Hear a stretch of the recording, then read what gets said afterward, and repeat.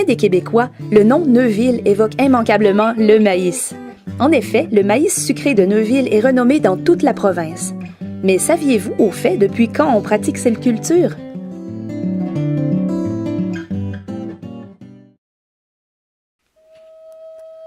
Le maïs est une céréale des Amériques. Son aïeul végétal, le théocinthe, aurait plus de 10 000 ans. Le maïs à proprement parler existe depuis au moins 9 000 ans. Plusieurs souches se seraient développées simultanément en Amérique centrale et plus au sud, jusque dans les Andes. Au fil des ans, le maïs aurait progressé vers le nord du continent en suivant la fonte des glaces.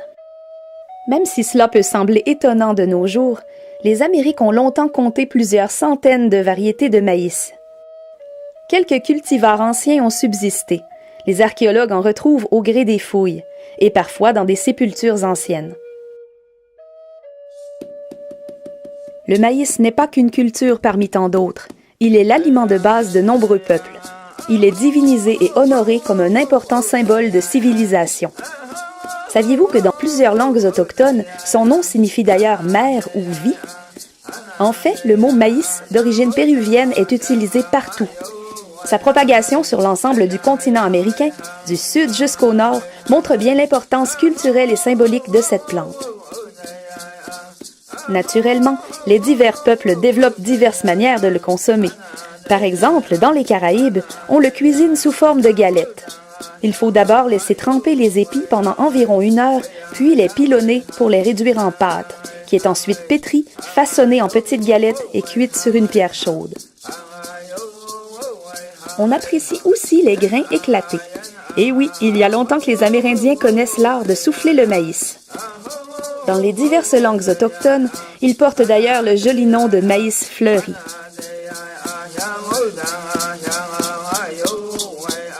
Certaines communautés, notamment dans la zone côtière du golfe du Mexique, laissent fermenter des épis dans l'eau pour en faire une sorte de bière désaltérante et légèrement enivrante.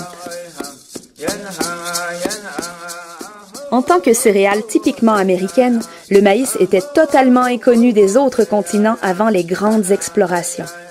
Puisque les premiers explorateurs croyaient avoir abordé les rives de l'Inde, ils ont tout naturellement rebaptisé le maïs blé d'Inde, une erreur qui a fini par entrer dans le langage courant et qu'on utilise encore de nos jours.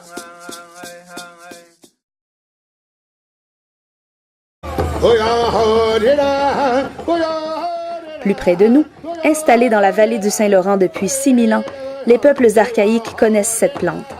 Leurs descendants, les Iroquoiens du Saint-Laurent, sont même de remarquables horticulteurs.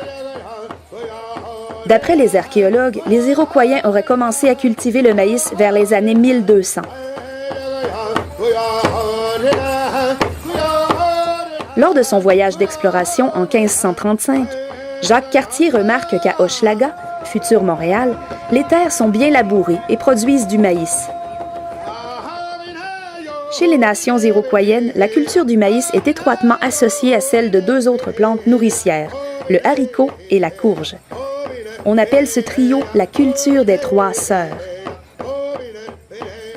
Le maïs sert de tuteur aux ramilles du haricot, les larges feuilles de la courge préservent l'humidité des racines du trio, tandis que le haricot fixe l'azote dans le sol au bénéfice du maïs et de la courge.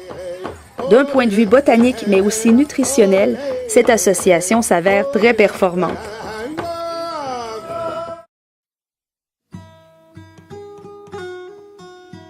Dès leur installation dans la vallée du Saint-Laurent, les colons français adoptent le maïs.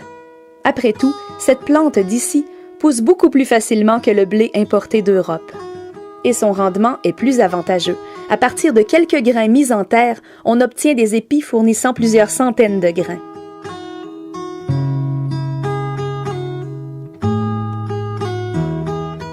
À Neuville, le maïs est déjà bien présent. En 1668, il fait même partie du cens, cette sorte d'impôt en denrées que les censitaires doivent remettre à leur seigneur. Les habitants de la colonie aiment bien se régaler de blé d'Inde grillé sur le feu. Les grains peuvent être ajoutés à des salades crues ou mijotés dans des ragoûts, comme dans la sagamité amérindienne. Les Amérindiens ont montré aux colons à faire fleurir les grains dans la cendre chaude.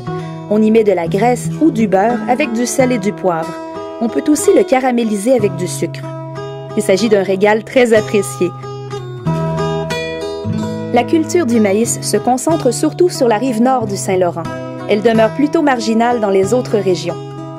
Il existe peu de témoignages quant aux variétés qui sont présentes, mais on sait que vers 1750, le maïs cultivé entre Québec et Trois-Rivières est une variété produisant des épis de taille modeste qui portent moins de grains mais qui arrivent à maturité en 50 jours. Dans les années suivant la guerre de 7 ans, on remarque des changements dans les mœurs alimentaires de la vallée du Saint-Laurent, mais le maïs continue d'être cultivé, entre autres dans la région de Québec. La façon de le produire change assez peu au cours des générations qui suivent. Tout se fait bien sûr à la main.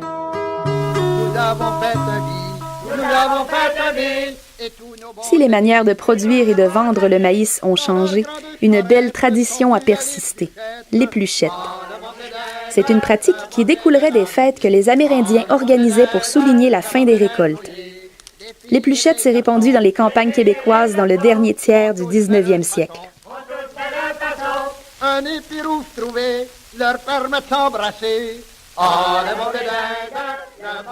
Pendant longtemps et jusqu'aux années 1960, l'épluchette faisait même partie des rituels de fréquentation pour trouver mari ou femme. Au mois d'août, parents, amis et voisins se réunissaient pour se livrer à la corvée de l'épluchage des épis.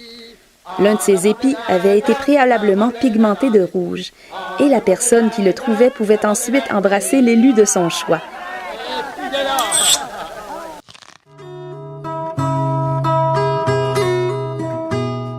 Les épis destinés à être mangés frais font l'objet des plus grands soins. L'amélioration des moyens de transport et surtout la réfrigération rendent possible une meilleure conservation du blé d'Inde et son acheminement dans un rayon beaucoup plus grand, jusque dans les marchés urbains. C'est ainsi que, dans les années 1970, il devient possible de déguster du maïs de Neuville aussi loin qu'à Montréal.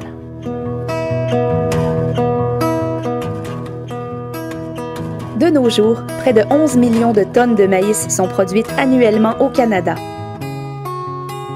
Il y a 3 grands types de maïs, le maïs grain, le maïs à ensilage et le maïs sucré. Ce dernier est le plus rare. Un peu moins de 3000 fermes canadiennes en produisent.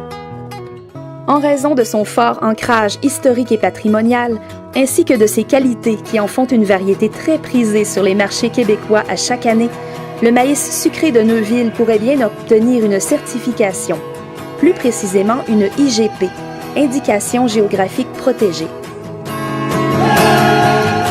Si la demande est acceptée, elle permettra de garantir aux consommateurs que le maïs de Neuville répond à des critères de très haute qualité. Et surtout, elle viendra reconnaître l'importance et l'unicité de cette culture patrimoniale québécoise. En définitive, ce grain ancestral a certainement de belles et grandes années devant lui.